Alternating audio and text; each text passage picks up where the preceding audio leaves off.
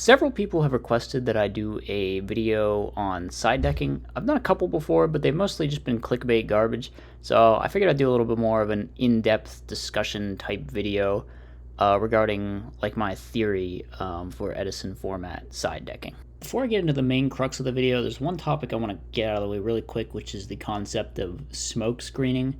This is where you have like some whole separate like engine in your sideboard that you like swap into in game 2 and 3.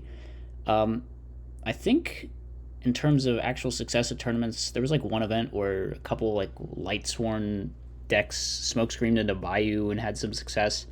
But in general, I don't regard this as a reliable practice. It relies super hard on the element of surprise. In a long tournament, people are going to scout you very quickly and like figure out what's going on. So it's not really it's a gimmick. I don't think it's an actually effective strategy for side decking. So I just wanted to like cover that before I get into the major topics that I'm going to discuss in this video. Okay, so for me, there's three considerations when building an optimal side deck, and the first one is what I call the mandatory inclusions, which you see on the screen right here. Now, these are the cards that are so ridiculous, I just put them in the side before I even think about what I'm going to put in the side. Like, I guess you could conceive of some, like, alt-win, like, FTK deck or something that maybe wouldn't play these in the side, but in 99% of decks that we would consider, like, normal decks, you should just automatically throw these in the side, and certainly in any deck I would build, I just automatically throw these in the side. And the reason's kind of obvious, like Cyber Dragon, absolutely ridiculous combination of like a board wipe and free card advantage, and like free tempo swing doesn't even require you to commit your normal summon against machine decks. And then on top of that, it's just great versus a ton of decks where like just summoning a 21 beater is pretty good, like against Glad Beast or something. I don't know, Blackwing's Gravekeeper, just like any deck like that going second against a deck that summons like a lot of 1900 beaters or whatever. Cyber Dragon's just amazing for that too. So yeah, Cyber Dragon's just a ridiculous sideboard card in this format. You should always play two no matter what. DD Crow, this is the definitive best form of graveyard disruption. There are people out there who play like Kaiku and Soul Release, and these are just worse. My reasoning for this is kind of obvious. Crow is just good against more stuff. It's like Kaiku and Soul Release don't do jack to zombies or to, quick draw plant shenanigans or to any kind of like alt-win high roll combo nonsense that you're going to run into. DD Crow handles all of those things. Stuff like Kaiku and Soul Release is only good in the situation where there's like two Treeborns that you want to get rid of. And even then, Kaiku, it's how are you ever attacking for damage with Kaiku against frogs, honestly? It just like, I don't see that happening. So really, it's just like Soul Release that's competing with this card. And Soul Release is just too slow. It's inherently always a neg-1, whereas Crow can be like a trade 1-for-1 in terms of card advantage that disrupts their play. So it's just infinitely better. It is by far the best form of graveyard disruption. And I think 2 is the optimal number to side in my evaluation. There's some decks where Crow is like uniquely good, and you can side 3, but generally I think 2 is the correct number. And the next two are Mind Control and Mind Crush. These cards are so insane, they're like borderline worth maining in pretty much any deck.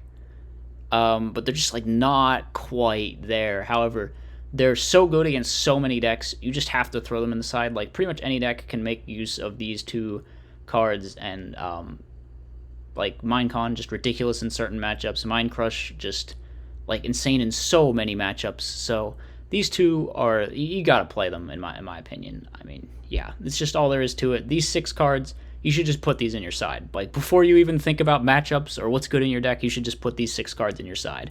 So that's step 1. When I first started playing Edison format, I did what a lot of people probably do in terms of side decking, in that I just sort of deduced what the top meta decks were and threw a bunch of cards in my side deck that were designed to counter those top meta decks. And that's not necessarily a terrible way to start in terms of side decking. However, it is not the optimal way to side deck, in my opinion. I think the single most important and perhaps least understood quality of a good side deck is the extent to which your side deck choices are facilitated by your deck's like main strategy. And I'll use an example to kind of illustrate this. Let's say you wanted to build a side deck, or you wanted to pick some side deck cards to counter frogs, right? Frogs are a top meta deck that's out there right now. So you want to pick some side deck cards to counter frogs. Well, there's a lot of options out there. You can play Mask Restrict, you can play Pulling the Rug, you can play Vanity's Fiend, Fossil Dyna, you can play Crows, you can play Soul Release. So how do you decide what to play? Well, now let's say you're playing Volcanic Quick Draw versus frogs. One option you might want to consider is siding the Lone Fire Titanial that you don't generally main in that deck. Of course, Titanial is a boss monster that prevents targeting effects and is very, very good against Monarchs, very, very good against frogs in general. But you don't generally side that card against frogs because, not every deck can just throw Lone Fire Titanial on its side. But because Lone Fire Titanial has such incredible synergy with your Quick Draw plant package that you're already sort of on in your main deck, you can kind of just toss it in your side, and it's better than just playing some generic pre for frogs, if you know what I'm talking about. Another example, let's say you're playing KFC. In KFC, because the deck plays triple terraforming, you can then side a copy of Zombie World, which stops frogs from tribute summoning. And, just throwing a copy of Zombie World into a random side deck's not very good, but because it's KFC and it has triple terraforming, now it's just a one-off copy of like an uber searchable floodgate that like shuts down their game plan. So it's really, really good. Another example, let's say you're playing fairies, right?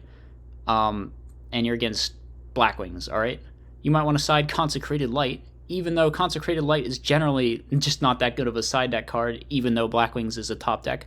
People don't really side Consecrated Light. But in fairies, it's a light fairy that you can tutor out with every single one of your recruiters, or if you brick on it, you can just pitch it with Herald, and it counts as a light fairy target for Christia. So it just has all of these synergies with your main deck on top of being a counter to another meta deck. And I just think it's really important in your side deck that you maximize the number of card choices that work like this, that are like have synergy with your main deck or searchable through some means of your main deck.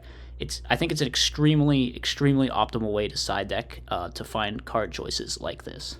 Alright, so the last step is pretty simple. You find the matchups that you think are the biggest issue and bring in targeted hate for them. Obviously, it's good to have generic sort of cards that can be used against multiple matchups, like Bottomless Trap Hole, Dust Tornado, Starlight Road, and depending on the deck you're playing, maybe Book of Moon. I think if you're on a Decree deck, stuff like Book of Moon over those other trap cards in your side can be a very good idea.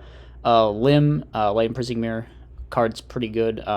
It's just an insane blowout against Lightsworn and Fairies, which are two other top decks, so you can get away with siding it a lot. I just realized I forgot to mention deck dev in the previous segment, which deck dev was extremely relevant to the previous segment. Whatever. I've become more accustomed to like not being afraid of just bringing in hyper targeted pre into my deck. Like if I figure out that there's just one matchup that I really hate that is just completely insufferable, I'll just bring in some like insane blowout card. For example, the card I have on screen here, Electric Virus.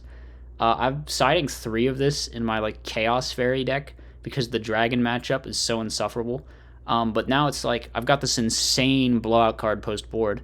So I'm a lot less afraid of the Dragon matchup. Of course, the reason that matchup's tough is because Drago stops all of your recruiters and whatnot, and you don't play a ton of back row the way normal fairies do. But now matchup's a lot less intimidating when you have like this just crazy targeted hate card.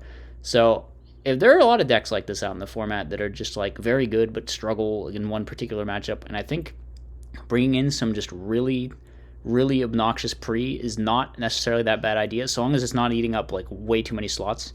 For example, also in KFC, I've been testing out some new like hyper targeted zombie pre as well, because I think that's a tough matchup.